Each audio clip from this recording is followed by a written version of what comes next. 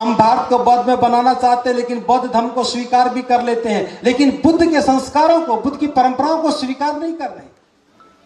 आज भी जो लोग दिवाली के दिन दीपोदान कहकर के उत्सव मनाने की बात करते हैं, क्या यह धर्म की व्यवस्था को मटियामल करने का षड्यंत्र नहीं है? कोई बुद्धिजीवी बताए कि दीपोदान में दिया किधर से जलेगा और दिवाली में दिया किधर से जलेगा। दीपोदान में दिवाली में कोई अंतर बता के बताए।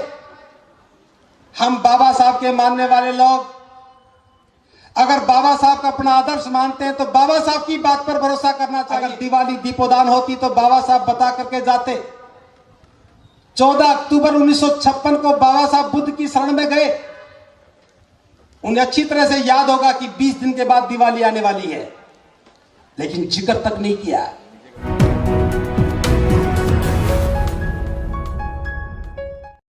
बाबा साहब ने हमें धम्म की शरण इसलिए दी कि जिस व्यवस्था के हम हिस्सा बने थे वहां असमानता थी, भेदभाव था, छोटे बड़े की भावना थी, छुआछूत थी, इंसान को इंसान घृणा की दृष्टि से देखता था।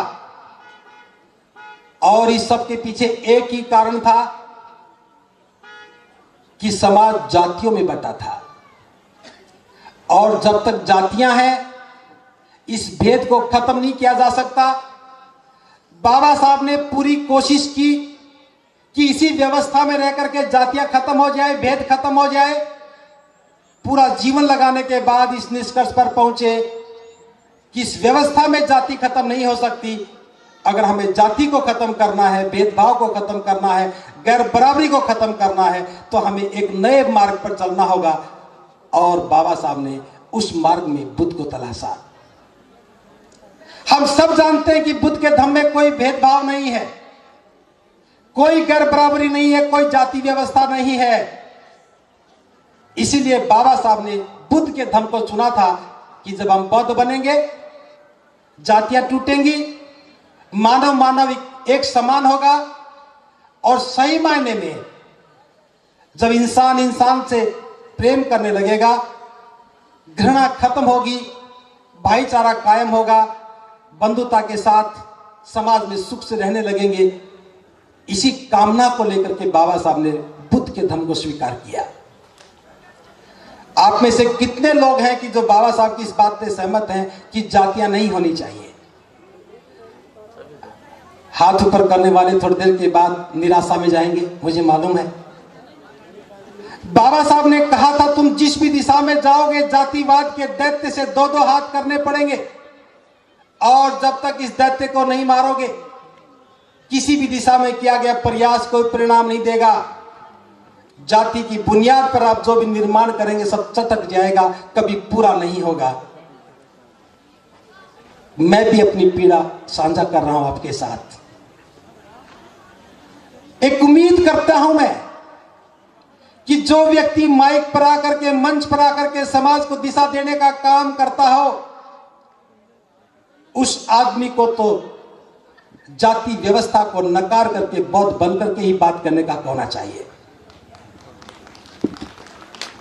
लेकिन हम लोग जाति से पीड़ित हैं, हम भेदभाव से पीड़ित हैं, हम जुल्म अत्याचार से पीड़ित होने के बावजूद भी जाति से इतना प्रेम करते हैं, इतना प्रेम करते हैं कि बाबा साहब की बात को मानते हुए भी, बुद्ध की शरण में आने के बाद भी हम जाति को छोड़ नहीं पा रहे हैं।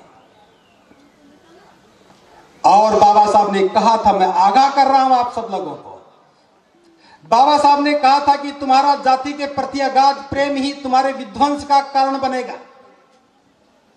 जो लोग इस गलतफहमी में आकर के बौद्ध बन गए हैं कि जाति बची रह जाए, गोत्र बचा रह जाए और हम बौद्ध बन जाएं, आप विध्वंस करेंगे बौद्ध धर्म का और इस विरासत को नहीं बचा पाएंगे। अगर जाति से प्रेम करते हो तो बुद्ध की शरण में आने की आवश्यकता नहीं है। हम तो उन लोगों से ही बौद्ध धर्म को आगे बढ़ाएंगे जो जाति से प्रेम नहीं करते हो, बुद्ध की बात करते हैं और जाति से चिपके बैठे हैं, सारी उम्र मनुवाद को कोसते हैं, और अपने संतान की शादी करने का समय आता है तो अपनी ही जाति में लोग खोजते हैं। आप अपनी जाति से प्रेम करते हैं, यह गुनाह नहीं है, लेकिन अपनी जाति से प्रेम करके बौद्ध बने दूसरे लोगों को नकारते हैं, यह गुनाह है। विरासत को बचाना है तो जाति को खत्म करना होगा। विरासत को बचाना है, भारत को बौद्ध में बनाना है तो जाति के नासूर को दफन करना होगा। और देखते हैं कि कौन आदमी आज रूपांतरित होता है, इस संकल्प के साथ यहां से जाए कि मैं आज के बाद जाति की इस्तेमाल नहीं करूंगा। और नाम के पीछे जो आप पहचान बना के चले हैं, यह भी जाति का महिमा मंडन करने का दूसरा स्वरूप है। अगर किसी के नाम के पीछे लगा हो तो इसको व्यक्तिगत मत लेना। बौद्ध बनने से पहले खोबरा गड़े थे, आज भी खोबरा गड़े। बौद्ध बनने से पहले मेषराम थे, आज भी मेषराम हो। बौद्ध बनने से पहले गुड़ पड़े थे, आज भी गुड़ पड़े हो। क्या यह बौद्धों की व्यवस्था है? दूसरी बात, हम भारत को बौद्ध में बनाना चाहते हैं, लेकिन बौद्ध धर्म को स्वीकार भी कर लेते हैं, लेकिन बुद्ध के संस्कारों को, बुद्ध की परंपराओं को स्वीकार नहीं कर रहे। आज भी जो लोग दिवाली के दिन दीपोदान कहकर के उत्सव मनाने की बात करते हैं, क्या यह धर्म की व्यवस्था को मटियामल करने का षड्यंत्र नहीं है? कोई बुद्धिजीवी बताए कि दीपोदान में दिया किधर से जलेगा और दिवाली में दिया किधर से जलेगा। दीपोदान में दिवाली में कोई अंतर बता के बताए। हम बाबा साहब के मानने वाले लोग अगर बाबा साहब का अपना आदर्श मानते हैं तो बाबा साहब की बात पर भरोसा करना चाहिए। अगर दिवाली दीपोदान होती तो बाबा साहब बता करके जाते। 14 अक्टूबर 1956 को बाबा साहब बुद्ध की शरण में गए। उन्हें अच्छी तरह से याद होगा कि 20 दिन के बाद दिवाली आने वाली है, लेकिन जिक्र तक नहीं किया। अगर उस समय भूल भी गए होते तो 20 दिन के बाद याद आ जाता। लेकिन बाबा साहब जानते थे कि यह हमारा उत्सव नहीं है, जिक्र करने की आवश्यकता नहीं है। जो हमारा नहीं है उसका जिक्र क्यों करें। लेकिन उत्तर भारत में बहुत सारे विद्वान पैदा हो गए जो बाबा साहब से ज्यादा विद्वान, जो बाबा साहब नहीं खोज पाए उन्होंने खोज लिया। बौद्ध धर्म के किसी भी साहित्य में कार्तिक मास की अमावस्या का जिक्र तक नहीं है, और दिल्ली में बैठे विद्वानों की आंखों के सामने कार्तिक मास की अमावस्या दिखती है, क्योंकि उनकी संतानें, उनकी पुत्र वधुएं, उनकी जीवन संगिनियां इस मोह को नहीं छोड़ पा रही। हो सकता है कि दिवाली के दिए की रोशनी में लक्ष्मी घर में प्रवेश कर जाए। क्या बौद्धों के पास उत्सवों की कमी है? जब तक धर्म हमारे आचरण में नहीं आएगा हम कैसे बौद्ध बनेंगे? आप बौद्ध बन गए, कौन सी परंपरा बदली? अबौद्ध थे तब भी शादी करते थे तो बैंड बजता था, आज भी बज रहा है। अबौद्ध शादी करते थे, घोड़ी पर बैठते थे, आज भी घोड़ी पर बैठे हैं। अबौद्धों की शादी होती थी तो पी करके नाचते हैं, आज भी पी करके नाचते हैं। जहां भी जब भी दावत थी, आज भी दावत है, वहां भी दहेज था, यहां भी दहेज है। कौन सी परंपरा बदली? बस एक परंपरा बदल दी। जहां पहले पुरोहित आता था लाल कपड़ा कंधे पर टांग करके, आज चीवर पहने हुए पुरोहित आता है। बस फर्क इतना सा हो गया। अगर बौद्ध धर्म को बचाना है तो जन्म से लेकर के मृत्यु तक के सारे संस्कार बौद्ध रीति से करने पड़ेंगे।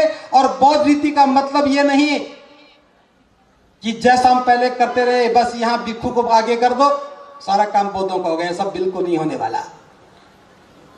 हमें बौद्धों की विरासत को बचाना है तो बौद्धों की परंपराओं को स्थापित करना होगा। जन्म भोज की परंपराएं खत्म करनी होंगी, विवाह की परंपराओं को नया आयाम देना होगा, और मरने के बाद क्या किया जाए उसको ठीक से परिभाषित करना होगा। पहले भी अस्थियों को लेकर के पानी में बहाते थे, आज भी वही काम करते हैं। पहले 12 दिन रोते थे, आज भी 12 दिन रो लेते हैं। पहले भी मरने के बाद मृत्यु भोज करते थे, और आज भी लड्डू खाते हुए लज्जा नहीं आती है। क्या बौद्ध धर्म स्थापित हो जाएगा?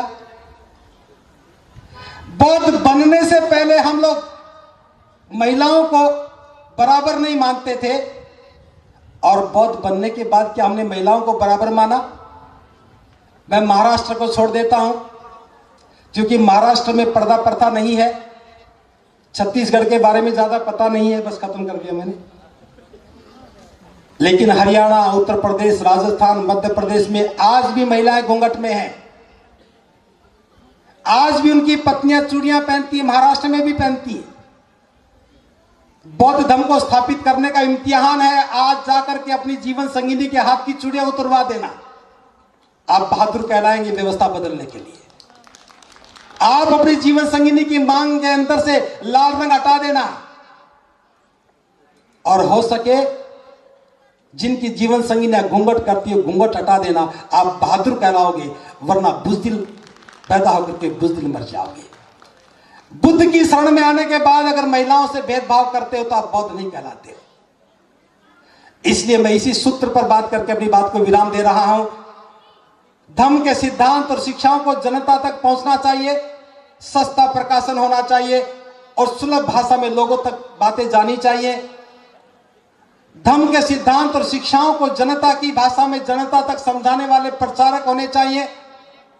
और तीसरी बात, जो धर्म के सिद्धांत और शिक्षाएं हैं वो आचरण में उतरनी चाहिए। अगर इतना हम कर सकेंगे तो हम बौद्ध धर्म को स्थापित भी कर पाएंगे और सिरपुर जैसी बौद्धों की महान विरासत को बचाने में सक्षम हो पाएंगे। मैं मंगल कामना करता हूं उन सब के लिए जो आज आंदोलित होकर के इस व्यवस्था के निर्माण में काम करेंगे, और सबके लिए बहुत बहुत साधुवाद। सबका मंगल हो भवतु। बहुजन विचारधारा को घर घर तक पहुंचाने के लिए हमारे YouTube चैनल को सब्सक्राइब करें, लाइक करें, कमेंट करें, शेयर करें और बेल आइकन की घंटी दबाना ना भूलें।